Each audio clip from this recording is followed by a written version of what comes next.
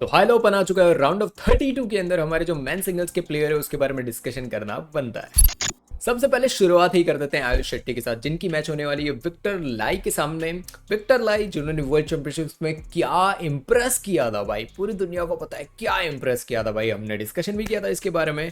Victor लाई भाई उसके बाद गायब है, उनकी मैचेस ऐसे ऐसे वो हार रहे हैं, द्विवर्दय के सामने हार रहे हैं। ठीक है, मैं ये नहीं बोलूंगा द्विवर्दय बहुत बोलते हैं ना कि इजी प्लेयर और समथिंग, नहीं भाई, बट वो उनके पास मोमेंटम नहीं है, उनके पास टूर्नामेंट कुछ भी ऐसा मतलब उस लेवल की गेम प्ले नहीं है कि उनके सामने प्लेयर हार ही जाए। भाई स्ट्रेट टू सेट हारे हैं विक्टर लाई उनके सामने, ठीक है वो हारे हैं वहां पे। उनके मैच होने वाले आयुष शेट्टी के सामने, दोनों की सेम एज है एंड मेरी एक्सपेक्टेशन आयुष शेट्टी से आपको कोई आइडिया नहीं है, बहुत ज़्यादा है आयुष शेट्टी से मेरी एक्सपेक्टेशन कि भाई एक प्लेयर, मुझे जो बोलते हैं ना कि सारे टिक मार्क्स होते हैं ना कि एक प्रॉपर मैन सिंगल्स प्लेयर कैसा होना चाहिए, हाइट अच्छी खासी होनी चाहिए भाई, बहुत अच्छी खासी हाइट है इनकी। ठीक है, पहला टिक मार्क एकदम परफेक्ट। दूसरा एग्रेसिव प्लेयर होना चाहिए मैन सिंगल्स में, बहुत स्टेबल गेम प्ले वाले प्लेयर्स होते हैं ना वो भी एग्रेसिव, देखो कुनलाउटसन है ना, अब वो मैं कितना भी बोल रहा हूँ कि एकदम स्टेबल प्लेयर है, बहुत बढ़िया स्टेबल प्लेयर है, बट वो भी समटाइम्स एग्रेसिव हो जाते हैं, वो पेस अप करना जानते हैं गेम को। ठीक है, तो दूसरा जो टिक मार्क है कि भाई एग्रेसिव होने चाहिए, परफेक्ट भाई, इनके जैसे स्मैशेस किसी के नहीं है। सिर्फ 2 या 3 चीज़ें हैं जो अटक रही है, पहली भाई मूवमेंट ऑन कोर्ट, एक वो चीज़ अटक रही है कि बैक कोर्ट में खींचा जाए आयुष शेट्टी को, वो चीज़ नहीं हो पा रही है भाई। और दूसरा डिफेंस, भाई देखो एक टॉलर प्लेयर से, मैं बार बार इसका डिस्कशन करता हूँ, मैं बार बार करूँगा ज़रूर कि एक टॉलर प्लेयर भाई ऐसे हाथ करे ना डिफेंस करने को, साइड लाइन पर डायरेक्ट पहुँच सकता है। ठीक है, ऑफकोर्स भाई टॉलर प्लेयर है तो भाई नी बेंड करने में वो इश्यूज़ होते हैं, वो टॉलर प्लेयर के साथ जो एडवांटेजेस आते हैं डिसएडवांटेजेस भी आते हैं। ठीक है, बट ये 2-3 चीज़ें हैं जिसको चेंज करना थोड़ा बहुत मैं बोलूँगा कि ज़रूरी है, बट जितना बहुत ज़्यादा फोकस एग्रेसिवनेस और अटैक पे ही हो गया ना तो भाई अच्छे खासे प्लेयर हमारे सामने ऐसे जीतते ही जाएंगे। ठीक है, फिर आयुष शेट्टी मैं चाहता हूँ जितना भी हो सके यार, बहुत मौके जा गए, 3 हफ्ते के मौके जा चुके हैं जो बेस्ट मौके थे, अभी कोई बेस्ट प्लेयर नहीं है इस टूर्नामेंट में, पहले ही बता दूं कोई भी टॉप प्लेयर अब नहीं है यहाँ पे, चोटिन चैन है यहाँ पे, जोनर क्रिस्टी है। अब आप लोग बोलोगे जोनर क्रिस्टी ने शियूची को हराया था, वो शियूची भाई वो शियूची नहीं है जो आप लोग जानते हो, आपको भी पता है भाई इंजर्ड चल रहा है, तो वो चीज़ को जाने दो। ठीक है, उस चीज़ को थोड़ा बहुत साइड में रखते हैं।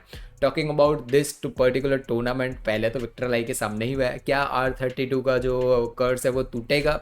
मैं सोच रहा हूँ ऑफकोर्स टूटेगा, मैं क्वार्टर सेमी सोच रहा हूँ आराम से भाई। अब देखो जो हार हुई है ना 3 वीक की, उसकी वजह से मेरा भाई अब सीधा क्वार्टर या सेमीज तक आ चुका है, वरना मैं ऐसा सोच रहा था कि भाई सुपर 500 है तो टूर्नामेंट तो आयुष को जीतनी चाहिए।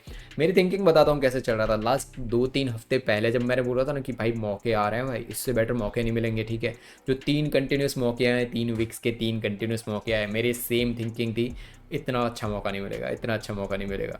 बट उसके बाद मैं सोच रहा था कि भाई उसके बाद अगर ये आयुष शेट्टी इन 3 टूर्नामेंट्स में किसी एक में भी परफॉर्म कर जाता है ना, तो जब सुपर 500 आएगा ना उसके बाद हाई लो ओपन है, देन कोरिया की टूर्नामेंट है, ठीक है, और भी आगे टूर्नामेंट्स आएगी, उसके अंदर शायद उसमें है नहीं है मुझे नहीं पता है, बट मैं इतना ऐसा सोच रहा था कि बाद में जो सुपर 500 300 आएगी ना उसमें तो आयुष शेट्टी एकदम भौकाल मचा देंगी, ये मेरी थिंकिंग चल रही थी। बट ये 3 टूर्नामेंट बहुत बहुत खराब गई है, मैं एक्सपेक्ट करूंगा आयुष शेट्टी इस टूर्नामेंट में तो बढ़िया परफॉर्मेंस। नेक्स्ट बात करते हैं मैन सिंगल्स की, one of the finest footwork players जो जूनियर्स में मुझे इतने ज़्यादा पसंद थे, जो है भाई सुब्रमण्यम, हमारे शंकर है वो, उनकी मैच होने वाली है लियोंग जोन हाओ के सामने, जो मलेशिया के प्लेयर हैं। लियोंग जोन हाओ भाई काफ़ी टाइम निकल गया वो पर्सन को, भाई मैं बोलता हूँ ना कि मलेशिया के साथ चीज़ क्या चल रही है पता है कि ली चोंग वे ने जो इतना बड़ा गैप छोड़ के गया है ना, वो जब रिटायर आए उसके बाद भाई लीजिजिया ने ट्राई ज़रूर किया उस गैप को फिल करने का, बट नहीं कर पाए। एक टाइम के बाद वो प्रेशर इतना ज़्यादा बन गया ना भाई कि हो ही नहीं पाया। एनजी से होंगे बट वो तो भाई इंजरीज और वो सब चीज़ों में ही चलते जा रहा है, बट उससे भी बड़ी चीज़ लियोंग जो ना हो, जिनके पास चांस है वो चीज़ को फिल करने का पूरा, भाई लीचोंगवी को भाई वो फिल किया, वो मतलब जगह रह गई है ना जो लीचोंगवी की, वो फिल कोई नहीं कर सकता, वो सबको पता है उस चीज़ का, बट बोलते हैं ना कि परफॉर्मेंस तो ला ही सकते हैं। लीचोंगवी सबसे ज़्यादा खुश होंगे अगर लियोंग जो ना परफॉर्म करेंगे तो ये चीज़ है पहली। एंड बात करें जो हमारे शंकर है उनकी बात की जाए तो वो क्रिस्टोपवो के सामने स्ट्रेट टू सेट हारे, देन कोई कोई ALA ऐसे नाम से टूर्नामेंट है, टूर्नामेंट का नाम मुझे नहीं पता है, ठीक है, पहले ही बता दूं। तो इंडोनेशिया के प्लेयर के सामने वो स्ट्रेट 2 सेट विन हारे हैं, ठीक है। इनका नाम भी नहीं पता मुझे, जो इंडोनेशिया के प्लेयर हैं उनके सामने। देन किम के सामने जो चाइना की कुछ 9वें महीने में टूर्नामेंट थी, उसमें हारे उनके सामने। थर्ड सेट एक्सटेंड ज़रूर हुआ बट वहाँ पे हारे। देखो यार, ये चीज़ें मुझे, जो शंकर मैं हमेशा बोलता हूँ ना कि जूनियर्स आप लोग सेलिब्रेट करो, मुझे कोई इशू नहीं, जितना जो भी, मैं कौन होता हूँ भाई साहब आपको कुछ भी बोलने वाला। इशू सबसे बड़ा क्या आता है पता है, कि ये जो ट्रांजिशन है ना जूनियर से सीनियर्स का, ये ट्रांजिशन बोलते हैं ना कि फॉरेन के प्लेयर्स कैसे कर रहे हैं, फॉरेन के छोड़ो यार, फॉरेन के डिस्कशन आज थोड़ा जाने ही देते हैं।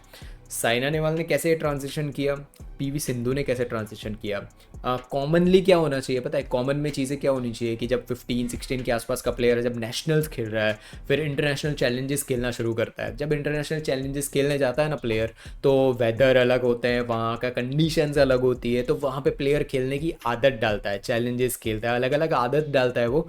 देन जब 17 के आसपास पहुँचता है ना, तब आता है इंटरनेशनल वर्ल्ड टूर में, तब तक उनकी आदत हो चुकी होती है इंटरनेशनल स्टैंडर्ड्स पे खेलने की, सारी चीज़ों की आदत हो चुकी होती है। बट हमारे यहाँ इशू सबसे बड़ा क्या चल रहा है पता है, जूनियर पर हद पार फोकस किया जाता है। शंकर के अचीवमेंट्स देखो यार जाके, क्या क्रेजी गुड अचीवमेंट्स है शंकर के। कमेंट में लिखो आप, जो लोग नहीं जानते हैं वो, ठीक है, बहुत अचीवमेंट्स है। और मैं बोलता हूँ ना कि वन ऑफ द, बोलते हैं ना, बहुत फुटवर्क, मैं हमेशा बोलता हूँ कि कितना फ्लॉलेस कोई प्लेयर मूव कर रहा है ना, उसको बोलते हैं बेटर फुटवर्क। तो वही चीज़ शंकर में भर भर के हैं, पर भाई जैसे ही वर्ल्ड टूर में आए हैं परफॉर्मेंस नहीं आ रही है। आई डोंट नो इश्यूज़ क्या चल रहे हैं, परफॉर्मेंस के इश्यूज़ आ रहे हैं। मैं चाहूँगा भाई हमारे इंडिया के प्लेयर्स, जैसे बोलते हैं ना कि फ्रांस के 2 प्लेयर अभी बहुत एकदम खतरनाक परफॉर्मेंस दे रहे हैं, चलो वो तो 23-25 के आसपास के हैं, ठीक है, मैं किन की बात कर रहा हूँ कमेंट में बताओ। बट एलेक्स लेनियर भी तो परफॉर्म कर रहे हैं, वो 20 के ही है। तो मैं चाहूँगा हमारे यंग प्लेयर्स हैं, आयुष है, दैन शंकर है, ये सारे लोग परफॉर्मेंस बढ़िया ही लाए।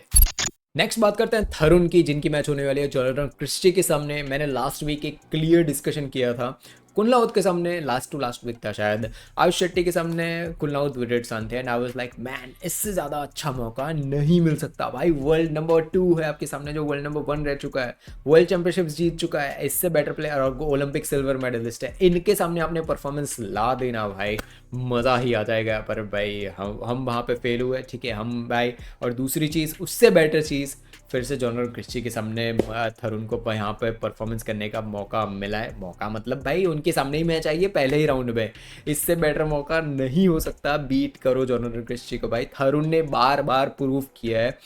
टोमा जूनियर के साथ मैच थी शायद, जहाँ तक मुझे याद है, गलत हो तो कंफर्म करो, उन्होंने क्या क्रेजी गुड मैच थी, शायद टोमा को बाहर किया था उन्होंने, टोमा ही थे या फिर क्रिस्टो थे, वो मुझे याद नहीं है। बट कमेंट में बताओ आप लोग दोनों में से कौन सी मैच थी। आप सबको पता है कि भाई थरुण में कैपेबिलिटी है, कितना बढ़िया एग्रेसिव गेम वो थर्ड सेट में भी खेल सकते हैं। हमारे प्लेयर्स के साथ मेजोरिटी जो इश्यूज चल रहा है ना, पहले 2 सेट में पूरी जान लगा देंगे, थर्ड सेट में इशू क्या होता है, गलती से थर्ड सेट चला गया ना भाई, वहाँ पे भाई बहुत इश्यूज आते हैं। वहीं पे आते हैं थरुण, वो थर्ड सेट में भी उतनी एनर्जी से खेल सकते हैं।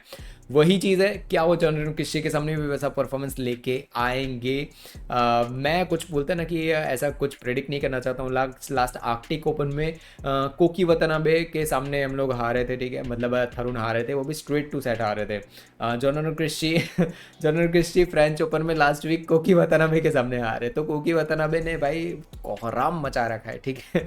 वो भाई ऐसा है कि कुछ सालों से मैं उनको नोटिस ज़रूर कर रहा था कि परफॉर्मर है, बट कोडे नारोका उनको आउटशाइन कर जाते थे, कहीं कहीं पे केंटा निशिमोटो उनको आउटशाइन कर जाते थे। बट फाइनली कोडाई नारोका को भाई उनके और केंटा निशिमोटो के अलावा भी एक प्लेयर आया है जो बोल रहा है मैं परफॉर्म कर रहा हूँ भाई, मैं बढ़िया परफॉर्म करूँगा। तो भाई उसके लिए तो उनको जाता ही है, क्रेडिट जाना चाहिए भाई, परफॉर्म कर रहे हैं तो क्यों नहीं जाना चाहिए। टॉकिंग अबाउट, अगर कोकी वतनाबे डिफीट करते हैं जोनाथन क्रिस्टी को, तो थरुण क्यों नहीं कर सकते? ऑफकोर्स कर सकते हैं उनको डिफीट, और ये मेरे एक्सपेक्टेशन है भाई थरुण से। बात करते हैं नेक्स्ट सैन लक्ष्य की, जिनकी मैच होने वाली है क्रिस्टो पोपोव के सामने। क्रिस्टो पोपोव भाई देखो, क्रिस्टो पोपोव ने लास्ट जिनके सामने हारे थे वो थे एंडर्स एंटोनसन। फाइनल्स अभी हुआ है, एंड अभी जहां तक मैं देख रहा हूँ स्कोर्स एंड सब कुछ देख रहा हूँ, पता नहीं क्रिस्टो पोपोव आएंगे नहीं है, मुझे नहीं पता। एंडर्स एंटोनसन ने तो नाम ले ही लिया है इस टूर्नामेंट से, ठीक है, वो नहीं आ रहे हैं। तो विक्टर एक्सेसन भाई, विक्टर एक्सेसन, और ये लोग बोल रहे हैं कि भाई टाइम मैनेजमेंट और ये सब कुछ करना है भाई। एंडर्स एंटोनसन बोले समझ भी आता है, वो बार बार परफॉर्मेंस दे रहे हैं। Victor Axelsen come on man. अभी अभी तो आप इंजरी से वापस आए और आप बोल रहे हो, चलो जो भी है उनकी मर्जी भाई, जो भी है। But talking about Christopher versus Sen Lakshya की मैच, इसमें कौन जीत सकता है कौन नहीं, one of the most unpredictable player. मैं अगर परसेंटेज वाइज बोलूँ ना तो 80% मेरा बोलता है ना कि फोकस वहाँ पे जा रहा है कि पता नहीं भाई ये जीत पाएंगे नहीं जीत पाएंगे, यहाँ पे आता है 20। अब मेरा जो, मैं हमेशा कितने 1-2 साल हो गए, 3 साल हो गए, मैंने जब वीडियोस इस साल बनाने शुरू किए, स्टार्टिंग जनवरी फरवरी से लेके अभी तक, कोई सैन लक्ष्य को क्रिटिसाइज भी करे या फिर कुछ भी बोले, मैंने हमेशा बोला है कि इनसे बेटर पोटेंशियल वाला मैन सिंगल्स प्लेयर इंडिया में नहीं है। ये वर्ड इतनी बार मैंने बोल लिए होंगे कि मेरी ऑडियंस भी थक जाती है इस चीज़ से।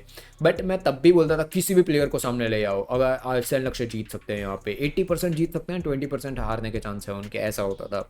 अभी टोटली वो परसेंटेज चेंज हो चुके हैं। अभी 80% मुझे ऐसा लगता है कि अरे भाई जीत जाएंगे, ओ जीत गए, ऐसा होता है, हाँ भाई जीत गए।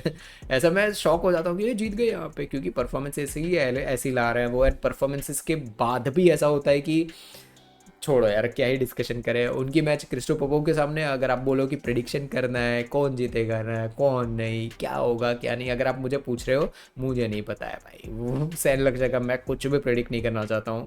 आप लोग प्रेडिक्ट करना चाहो तो कमेंट बॉक्स में ज़रूर प्रेडिक्ट कर सकते हो कि कौन जीतने वाला है कौन नहीं।